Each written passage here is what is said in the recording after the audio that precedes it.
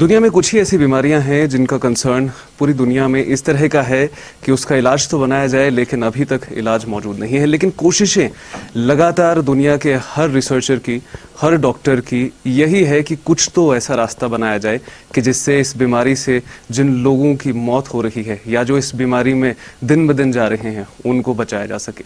जिन बीमारियों का इलाज नहीं है उनका बचाव बनाया जाता है। हम लोग आज एक ऐसी ही बीमारी के बारे में बात करेंगे जिसके बारे में लोगों को बहुत ही कम मालूम है, लेकिन जितना मालूम है वो इस तरह का है कि लोग उसका नाम लेने से भी खौफ खाते हैं। हम कैंसर की बात कर रहे हैं। हर साल के रिकॉर्ड्स की अगर बात करें तो सालाना पूरी दुनिया के अंदर लगभग 19 करोड़ के आसपास ऐसे व्यक्ति हैं, ऐसे लोग हैं जो कैंसर का शिकार होते हैं, और उनमें से लगभग 1 करोड़ ऐसे लोग हैं जो अपनी जान इस घातक बीमारी के चलते गंवा देते हैं। सबसे बेसिक रीजंस उसके ये हैं कि लोगों को अवेयरनेस नहीं है, लोगों को पूरी तरह से मालूम नहीं है कि किस तरह से कैंसर को ट्रैक करना है, ट्रीट करना है और किस समय पर डॉक्टर को सही समय पर विजिट करना है ताकि उन्हें इलाज बताया जा सके या बचाव बताया जा सके। कई तरह के अलग अलग कैंसर्स हैं जो दुनिया में मौजूद हैं, जिनमें टॉप मोस्ट अगर बात करें जो आमतौर पर पाए जाते हैं, आप कोलन कैंसर की बात करें, ब्रेस्ट कैंसर की बात करें, प्रोस्टेट कैंसर की बात करें या फिर ल्यूकीमिया की बात करें जिसे आम भाषा में ब्लड कैंसर भी कहा जाता है। इन तमाम तरह के कैंसर्स की रिसर्च चल रही है लगातार, कई तरह की ट्रीटमेंट्स भी हैं जो की जा रही हैं, लेकिन फिर भी लोग कैंसर का नाम सुनते ही उस बीमारी को खुद ही लाइलाज करार दे देते हैं और कहते हैं कि इसका कोई भी इलाज नहीं है। आज हम इसी बीमारी के बारे में बात करेंगे और इस बीमारी से जुड़े जितने भी रिसर्चर्स हैं उनके बारे में बात करेंगे। हमारे साथ देश के सबसे टॉप मोस्ट सर्जिकल ऑन्कोलॉजिस्ट मौजूद हैं आज। डॉक्टर सुरेंद्र कुमार दबास जी हमारे साथ मौजूद हैं जो max hospital super speciality hospital के थ्रू अपनी सेवाएं पूरे देश में प्रदान कर रहे हैं। और अगर हम लोग robotic head and neck surgery की बात करें तो उसमें देश के अंदर अगर कोई एक नाम ऐसा है जो झंडे गाड़ रहा है पूरी दुनिया के अंदर या पूरे देश के अंदर तो वो डॉक्टर सुरेंद्र साहब का है। सर बहुत बहुत स्वागत है आपका। जैसे मैंने शुरुआत में ही कहा कि कई अन्य तरह के कैंसर्स हैं। सबसे पहले बेसिक से शुरू करना चाहूँगा सर, क्योंकि रिकॉर्ड्स जब हम देखते हैं, नंबर्स जब हम देखते हैं तो डरावने हैं।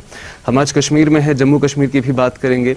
जम्मू कश्मीर के अंदर सालाना लगभग एक्टिव केसेस जो होते हैं कैंसर के वो हर साल 30,000 के आसपास घूम रहे हैं, जिसमें लगभग 11,000 के आसपास हर साल ऐड होते हैं और ट्रीट होकर कुछ सक्सेसफुली ट्रीटमेंट भी हो जाती है। इतना डर क्यों है इस बीमारी के नाम से? क्या लोगों को जितनी जानकारी है वो सही है या फिर किस तरह से इस बीमारी को देखा जाए? एक ऑन्कोलॉजिस्ट किस तरह से देखता है इस बीमारी को? अगर सीधे सीधे शब्दों में हम बात करते हैं तो कैंसर एक फिजिकल बीमारी भी है और एक मानसिक बीमारी भी है। फिजिकल असर आता है शरीर में, पर उससे पहले अगर जब आपको ये पता लगता है कि ये कैंसर है तो आप मानसिक रूप से पूरे बीमार हो जाते हो। और ये बीमारी ऐसी है जब भी किसी को भी किसी पड़ोसी को या किसी रिलेटिव को पता लगता है तो एक ही सेंटेंस बोला जाता है, उनको कैंसर हो गया, वो नहीं बचेंगे। ये एक शब्द है। पैसा भी लगेगा, ठीक भी नहीं होंगे और मौत तो निश्चित है। ये सिंपल वर्ड्स बोले जाते हैं। ऐसा भी होता है हमारी सोसाइटी में कि अगर किसी फैमिली में कैंसर हो गया है तो वो उसको इस तरह ट्रीट करते हैं कि इसके साथ कोई डीलिंग करनी ही नहीं है। इसको छुआछूत की बीमारी मान लेते हैं कि इसके साथ कुछ खाएंगे, बात करेंगे तो हमें कैंसर ना हो जाए। तो इस सोशल बीमारी भी हो गई कि सोशल स्टिग्मा है इस बीमारी का। इसमें कोई दो राय नहीं है। जब ये बीमारी आज से अगर मैं 30-40 साल पहले बात करूं तो इसके ट्रीटमेंट में आज और उस टाइम में बहुत डिफरेंस है। आज हमने इतनी रिसर्च कर ली है इस पे कि आज हम जेनेटिक लेवल पे आ गए हैं कि जेनेटिक लेवल पे इस बीमारी का ट्रीटमेंट क्या है। आज से 40 साल पहले हम उस लेवल पे नहीं थे। हम हर कैंसर में सर्जरी की बात करते थे। अब धीरे धीरे हमने उसमें रिसर्च किया है कि सर्जरी के अलावा बाकी ट्रीटमेंट भी है, like chemotherapy, target therapy, immunotherapy, नए नए नाम आते हैं, इनको बायोलॉजिकल थेरेपी कहते हैं, radiation therapy, nowadays we are talking about gene therapy, फिर हम एक आरएनए थेरेपी। इतनी चीज़ें आ रही हैं जो आम लोगों तक पहुंचना तो बहुत मुश्किल काम है। मतलब हमारे अगर मैं बात करूं डॉक्टर्स सेल की, उनको भी इसके बारे में नहीं पता होगा कि इस बीमारी का ट्रीटमेंट क्या है। इवन डॉक्टर्स भी कई बार ये कह देते हैं कि भाई मत कराओ इलाज होना ही नहीं है, सक्सेसफुल नहीं होगा, मोस्ट निश्चित है, क्योंकि उस चीज़ की नॉलेज उन तक भी नहीं है। तो दैट्स वाई इसीलिए एक स्पेशलिटी बनी है जिसको हम ऑन्कोलॉजी कहते हैं। अब ऑन्कोलॉजी में ब्रॉडली देखें तो हम कई भागों में बांट देते हैं। एक होता है surgical oncology, means cancer surgery के एक्सपर्ट्स। मेडिकल ऑन्कोलॉजी मीन्स जो इसमें ट्रीटमेंट देते हैं, कीमोथेरेपी, टारगेट थेरेपी, इम्यूनोथेरेपी। फिर एक रेडिएशन थेरेपी का डिपार्टमेंट होता है। तो डिपार्टमेंट 3 है। पर आज के टाइम पे एक और नई चीज़ आ रही है जिसको हम कहते हैं मोलिकुलर थेरेपी। जहां हम जेनेटिक थेरेपी पे जा रहे हैं। सो इतना ब्रॉड डिवीजन हो गया है कि हर एक जीन पे पहुंचने की कोशिश हो रही है जो इस कैंसर के लिए जिम्मेदार है। सो इसमें अगर मैं आपसे बोलूं कि भी इस कैंसर का निदान क्या है, रीजंस क्या है, बहुत सारी चीजें डिस्कस करने के लिए, बट मैं सिंपल वर्ड में एक ही चीज बोलना चाहूंगा भी कैंसर क्योरेबल है अगर इसको हम टाइम पे डिटेक्ट कर लें। यही एक सबसे बड़ा सवाल है। सबसे पहले दो सवाल आपसे पूछूंगा इसमें। सबसे पहला सवाल ये रहेगा कि पूरे देश की अगर हम ओवरऑल बात करें या हमारा जम्मू कश्मीर में मौजूद है, जम्मू कश्मीर यूनियन टेरिटरी की प्रिसाइसली अगर बात करें, मोस्ट पॉपुलर कौन से आपने देखे हैं जो मैक्सिमम केसेस आपने अपनी लाइफ टाइम में अभी तक देखे हों, किस तरह के कैंसर वो होते हैं? ब्रेस्ट कैंसर, कोलन कैंसर, अलग अलग तरह में स्पेसिफाइड हैं। और जम्मू कश्मीर की अगर बात करें, किस तरह का यहाँ से केस देखने को मिलता है और कितना केस लोड आपने देखा है पर ईयर, देश का भी और जम्मू कश्मीर का इन प्रिसाइस अगर बात करें? देखो, अगर हम पूरे इंडिया की बात करते हैं तो पूरे इंडिया में अगर सबसे कॉमन कैंसर है, जो मेल्स की बात करता हूं, तो मेल्स में सबसे कॉमन कैंसर है मुंह का कैंसर। और अगर मैं बात करता हूं फीमेल्स की, तो फीमेल में सबसे कॉमन कैंसर ब्रेस्ट कैंसर और उसके बाद सर्वाइकल कैंसर। बट अगर हम एक बात करते भी सबसे घातक कैंसर कौन सा है, तो मैं बात करूँ लंग कैंसर। अब हम बात करते हैं जम्मू एंड कश्मीर की कि जम्मू एंड कश्मीर में ऐसे कौन से कैंसर जो कॉमन है, तो शायद हमें इस चीज पे जम्मू एंड कश्मीर पे ज्यादा फोकस करेंगे क्योंकि उनकी जनता तक ये पहुंचना चाहिए। अगर जम्मू एंड कश्मीर की बात करो तो सबसे कॉमन कैंसर जो जम्मू एंड कश्मीर में है वो कोलोरेक्टल कैंसर, मतलब कि बड़ी आंत का cancer, that is very common. Stomach cancer means पेट का cancer, very common. Lung cancer वो भी बहुत कॉमन है। थायराइड कैंसर वो भी बहुत कॉमन है। तो ये कॉमन कैंसर जो फीमेल और मेल्स दोनों में देखे जाते हैं। फीमेल में जो अपने पर्टिकुलर कैंसर है, ब्रेस्ट कैंसर, सर्वाइकल कैंसर और बच्चेदानी का कैंसर, वो भी काफी कॉमन है। अभी ओवरी का कैंसर भी काफी तेजी से, not in Kashmir but everywhere, बढ़ता जा रहा है। सो पर्टिकुलर अगर कश्मीर में एक ऐसा कैंसर है जो आप बहुत जल्दी डिटेक्ट करके उसको ट्रीट कर सकते हो, that is thyroid cancer. Why? क्योंकि हम हिली एरिया में रहते हैं। हिली एरिया में रहने की वजह से आपके यंग लोगों में बोलूंगा कि 10 साल से शुरू करके 25 साल तक के लोगों में थायराइड कैंसर बहुत कॉमन है यहाँ पे। और ये ऐसा कैंसर है वो जो बहुत क्योरेबल है। बहुत क्योरेबल मीन स्टेज 1 पे 96 to 98% लोग क्योर हो जाते हैं। पर अगेन हम इसको कब पकड़ें, कैसे पकड़ें, ये भी एक बड़ी डिस्कस करने वाली चीजें हैं। उसके लिए अलग अलग तरीके हैं कैसे उसको चेकअप किया जाए। सिंपल एक अल्ट्रासाउंड होता है गर्दन का, उससे पता लग जाता है। कोई बड़े टेस्ट करने की जरूरत ही नहीं है। इसी चीज में काफी हद तक हम कहें तो 90% लोग मात खा जाते हैं कि उन्हें मालूम ही नहीं पड़ता कि वो कैंसर के शिकार हो चुके हैं, डिटेक्ट नहीं कर पाते अर्ली। अगर हम लोग साइंस की बात करें, किस तरह के साइंस हैं जिनको पकड़ना बहुत ज़्यादा ज़रूरी है और उन्हीं के बेसिस पे पूरी ट्रीटमेंट निर्भर होती है उन साइंस पर, उसके बारे में कुछ जानना चाहेंगे? सो एक जैसे हम कहते हैं early science of cancer. So simple language में there is no early science. कोई अर्ली साइन नहीं है कैंसर का। जब आपके साइन और सिम्टम्स आते हैं इसका मतलब कैंसर एडवांस हो चुका है। सो हम जब तक साइन और सिम्टम्स की वेट करेंगे चीजें शायद कुछ हद तक बाहर निकल जाती हैं। तो इसीलिए हम कहते हैं कि इसमें अर्ली साइन एंड सिम्टम्स पे फोकस ना करके हम नॉर्मल चेकअप की बात करें, नॉर्मल लोगों की बात करें। जो नॉर्मल लोग हैं उनको कब क्या चेकअप कराना चाहिए ताकि आप इस कैंसर को पकड़ लो। सिम्टम्स आने की वेट नहीं करनी है। मान लो मैं कैंसर की बात करता हूं, मान लो माउथ कैंसर है। माउथ कैंसर, आपके मुंह में कोई छाला होता है, आपको पता है छाला हो गया, आपको पता है कि 3 हफ्ते में ठीक नहीं हो रहा, तो आपको जाना चाहिए डॉक्टर के पास कि भाई डॉक्टर साहब ये मेरा छाला है, ये ठीक नहीं हो रहा, इसका क्या हो सकता है। वो छाला होने को कैंसर भी हो सकता है, टीबी भी हो सकता है, और बीमारी भी हो सकती है। बट अगर हम ये कहते हैं 3 हफ्ते में वो ठीक नहीं हो रहा, जाके चेकअप कराओ, तो उसको आप अर्ली स्टेज पे पकड़ लेते हो। बट एक इग्नोरेंस हमारे लेवल पे भी है, नहीं मुझे कैंसर नहीं हो सकता, मुझे कैंसर क्यों होगा, मैंने तंबाकू नहीं खाया, मैंने गुटखा नहीं खाया। ऐसा नहीं आप तंबाकू गुटखा नहीं खाओगे तो आपको कैंसर नहीं होगा, हो सकता है। तो आपको उस चीज के लिए अपने आप पे इतना विश्वास मत रखो कि आपको नहीं हो सकता। कैंसर किसी को भी हो सकता है। कैंसर फैमिली में भी चलता है, कैंसर बिना फैमिली भी चलता है। तो आपको अगर ऐसा कोई सिम्टम्स, आप जाके चेक कराओ। अगर मैं बात करूं किसी और कैंसर की, लाइक मैं पेट के कैंसर की बात करूं, सिम्टम्स आने में बहुत टाइम लगता है। पेन शुरू होगा जब बीमारी बढ़ चुकी होगी, टट्टी में ब्लड आना शुरू होगा तब बीमारी बढ़ चुकी होगी।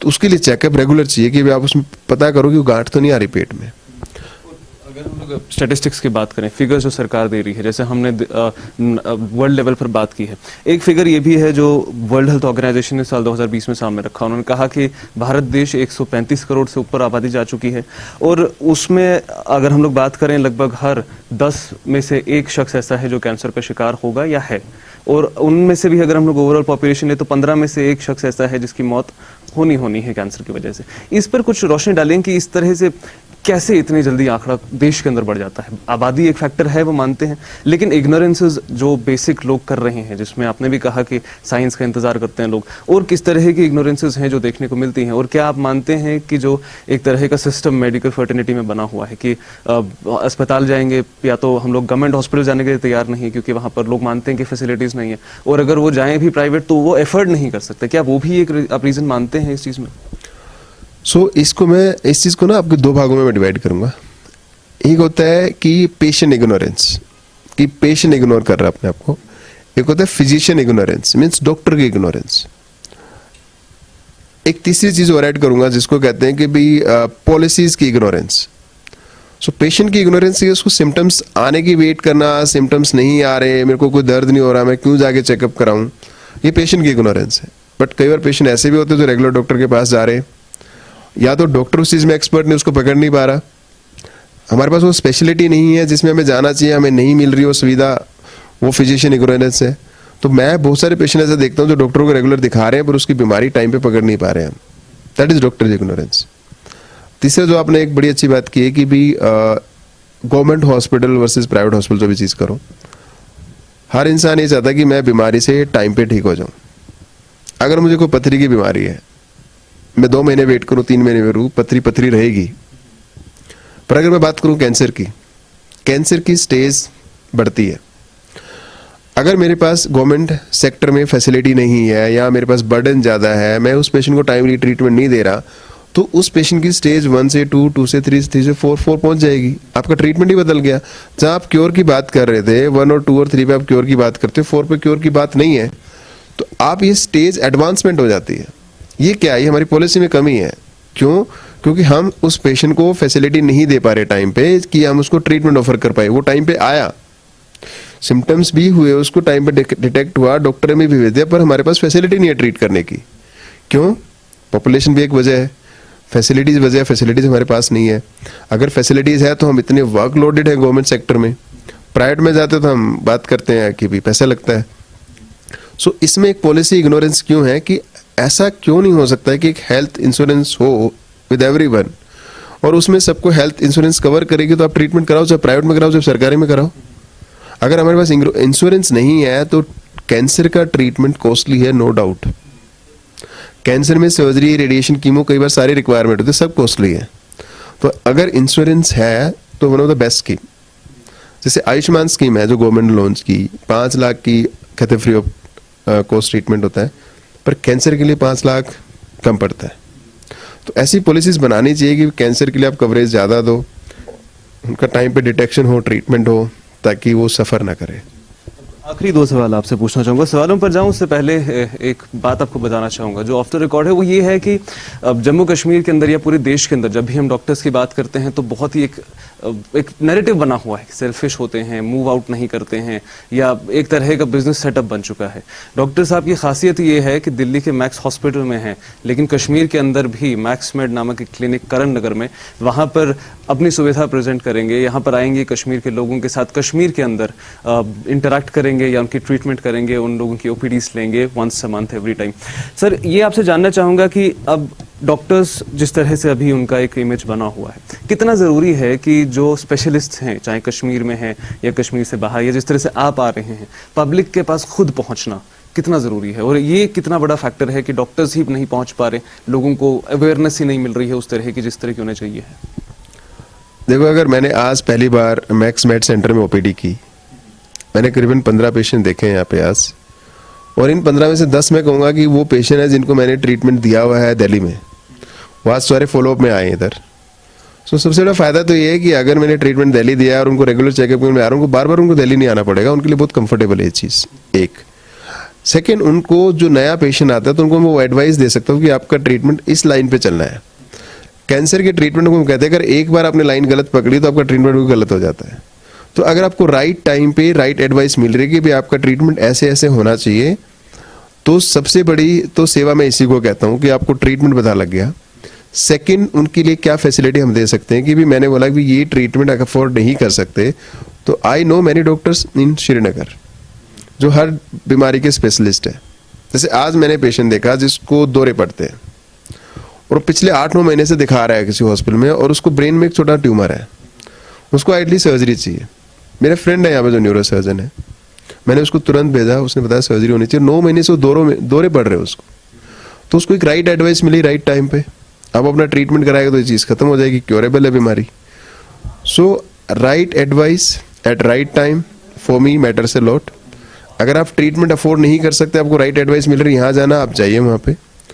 अगर आप दिल्ली आ सकते हैं और आप ट्रीटमेंट में सक्षम है कि दिल्ली आके ट्रीटमेंट कराना, we are happy to do that. And may be in future मेरी कोशिश ये है कि भी हम किसी हॉस्पिटल के साथ टाई अप करें जहाँ पे हम अपनी सर्जिकल एक्सपर्टाइज दे सकें। मेरी टीम में काफ़ी सारे डॉक्टर्स हैं जो आएंगे और आप लोगों की सर्जरी कर सके लोकल प्लेस पे। ऐसी सर्जरी जिसमें कॉम्प्लिकेशन रेट कम है वी विल ऑफर। पर मान ली कोई सर्जरी ऐसी कॉम्प्लिकेटेड है जो हमें काफ़ी उसमें आईसीयू केयर ज़्यादा चाहिए, एक्सपर्ट्स केयर चाहिए, तो हो सकता है मैं उनको रिकमेंड नहीं करूँगा भी आप दिल्ली आ जाओ, best for you, because we don't want to play with their life. उनकी लाइफ के साथ नहीं खेलना है। इसमें आखिरी सवाल जो मैं आपसे पूछना चाहूँगा वो ये है कि जब भी किसी तरह की बीमारी का कोई भी ट्रीटमेंट शुरू होता है, एक बार वो ट्रीटमेंट रुक जाए, ख़त्म हो जाए, डॉक्टर कहें कि यू आर रिकवरिंग, तो लोगों को ये लगता है कि शायद ख़त्म हो गया। क्या कैंसर के साथ ऐसा कुछ है? मान लीजिए एक पार्ट है जिसमें एक शख्स के कैंसर हुआ है, एम्पुटेट हो गया, पार्ट अलग हो गया, पेशेंट्स ये सोचना शुरू कर देते हैं कि अब तो एम्पुटेशन हो गई, अब तो कैंसर ख़त्म हो गया। क्या ऐसा है कि आने वाले समय में एक और ऑर्गन, इंटरनल ऑर्गन या फिर किसी और तरह से कैंसर स्प्रेड उनकी बॉडी में फिर से कर सकता है, री इन्फेक्ट कर सकता है दोबारा? क्या इस तरह से कुछ पॉसिबिलिटीज़ हैं? और उसके साथ ही पूछना चाहूँगा कि किस तरह की एडवाइस आप उन लोगों को देना चाहेंगे जो होम रेमेडीज़ पे ज़्यादा मानते हैं, यानी घर के अंदर बैठकर, मिथिकल कंट्री में हम रहते हैं नो डाउट, लेकिन मिथिक इतना ज्यादा आ चुका है, अंदर एक मिथ इतना ज्यादा आ चुका है कि अब लोगों को हर चीज में घरेलू इलाज ही ज्यादा बेटर लगता है। सी लाइक अभी मिथ की बात कर रहे हो तो कैंसर के साथ इतने सारे मिथ हैं। कैंसर का बायोप्सी नहीं करानी चाहिए, कैंसर में ये ट्रीटमेंट नहीं लेना चाहिए, कैंसर का यही ट्रीटमेंट लेना चाहिए, इतनी सारे मिथ्स हैं। आप इन मिथ्स को क्लियर करने के लिए आपको चाहिए अवेयरनेस। एंड अवेयरनेस मैं ये कहता हूँ कि कौन देगा? कैंसर सर्वाइवर देगा, जिसने इस कैंसर के ट्रीटमेंट को झेला है। ट्रीटमेंट में आपने उसको किया, आपने जो कीमो दी, रेडिएशन दी, सर्जरी दी, उसको क्या उसमें प्रॉब्लम्स आई, ये पेशेंट से बेटर कोई नहीं बता सकता। पेशेंट ने, किसी ने देसी दवाई ली या होम्योपैथी ली या आयुर्वेदिक ली, वो बता सकता है दूसरे पेशेंट को उससे फ़ायदा क्या होता है। सोशल प्रोपेगेंडा में मत जाओ कि बड़ी साइट्स पे है कि देसी दवाई, इसकी होम्योपैथी दवाई ठीक हो जाएगा। नहीं, मैं कहता हूँ जो लोग देसी दवाई ले रहे हैं उनको अवेयर करना चाहिए दूसरों को कि इसमें वो ट्राई ना करें कि मैंने ट्राई की थी उससे मैं ठीक नहीं हुआ। मैं ये गारंटी नहीं दे रहा कि आप एलोपैथी ट्रीटमेंट कराओगे तो आप पक्का ठीक हो जाओगे। जो आपने एक सवाल पूछा कि एक चीज़ आपने निकाल दी, क्या उसके बाद दोबारा कोई ऑर्गन इन्वॉल्व हो सकता है? जी बिल्कुल हो सकता है। कैंसर की स्टेजेस हैं, कैंसर के टाइप्स हैं, हर कैंसर का ट्रीटमेंट अलग है, कैंसर की स्टेजेस अलग हैं। कुछ कैंसर्स इतने एग्रेसिव होते हैं कि स्टेज 1 पे भी क्योर के चांस 50% होते हैं, जैसे लंग कैंसर। थायराइड कैंसर ऐसा है जो स्टेज 1 पे भी आपका 98% क्योरेबल है। ब्रेस्ट कैंसर आपका स्टेज 1, 2, 3 तक काफ़ी क्योरेबल है। तो वो आइडिया किसको है? डॉक्टर्स को। पर इसके बावजूद भी ये कैंसर एक ऐसी बीमारी है जो 5 साल बाद, 10 साल बाद, 15 साल बाद भी दोबारा आ सकता है। तो इसके लिए क्या चाहिए? आपको चेकअप रेगुलरली। हर कैंसर के फॉलोअप के प्रोटोकॉल्स हैं कि आपको इस कैंसर में इतने दिन बाद दोबारा जाके चेकअप कराना चाहिए डॉक्टर से, या कोई इन्वेस्टिगेशन कराओ। तो हर 3 या 6 महीने में हम कहते हैं कि रेगुलर चेकअप कराओ। चेकअप से हम उस कैंसर को दोबारा आने से रोक तो नहीं सकते, बट उस कैंसर को हम अर्ली डिटेक्ट कर सकते हैं कि जल्दी पकड़ में आ जाकर दोबारा आ रहा तो शायद उस टाइम भी वो क्योरेबल हो। पर अगर हम उसकी ना चेकअप कराएं और फिर हम फिर तब पहुंचे डॉक्टर के पास जब हमारी स्थिति बहुत डाउन हो चुकी है, फिर वो क्योरेबल नहीं रहता। सो कैंसर क्योरेबल है अगर आप अर्ली डिटेक्ट कर सकते हो, टाइमली ट्रीटमेंट कर सकते हो, टाइमली फॉलोअप भी चाहिए आपको। बहुत बहुत बहुत शुक्रिया डॉक्टर साहब, इतने अपने बिजी शेड्यूल के बाद भी हमारे साथ अपना वक्त थोड़ा सा स्पेंड किया। तो कैंसर के बारे में कई सारे मिथ्स हैं, यानी आप इलाज कर सकते हैं कैंसर का अगर आप अर्ली स्टेज पर उसको डिटेक्ट कर दें तो, यानी रेगुलर बॉडी चेकअप जो हम कराते हैं वही कराते रहना ज़रूरी है। उसमें अगर कुछ चेंजेस आ जाएं तो फिर उसके बाद ट्रीटमेंट शुरू हो जाती है, और अगर कुछ हो तो वो भी आगे जाकर डिटेक्ट हो जाता है। अगर आप भी कश्मीर के अंदर ईजी एक्सेस करना चाहते हैं ट्रीटमेंट को कैंसर की, या फिर अगर आप डॉक्टर सुरेंद्र साहब के क्लिनिक में विजिट करना चाहते हैं, आप मैक्समेट क्लिनिक करण अगर विजिट करें, आपको वहां से मालूम पड़ेगा कि अगला सर का अपॉइंटमेंट या फिर जो शेड्यूल है कश्मीर का वो कब का है, ताकि आप एक एफोर्डेबल तरीके से कश्मीर के अंदर ही अपने कैंसर की ट्रीटमेंट करा सकें। और उसके एडिशनल जो इन्फॉर्मेशन है वो ये है कि आप घर बैठे जो होम रेमेडीज हैं उनसे कैंसर ठीक नहीं कर सकते। और भी अन्य अपडेट्स लेकर आप तक जरूर पहुंचेंगे, बने रहें हमारे साथ, देखते रहें JK24/7 news, Gulistan news Kashmir.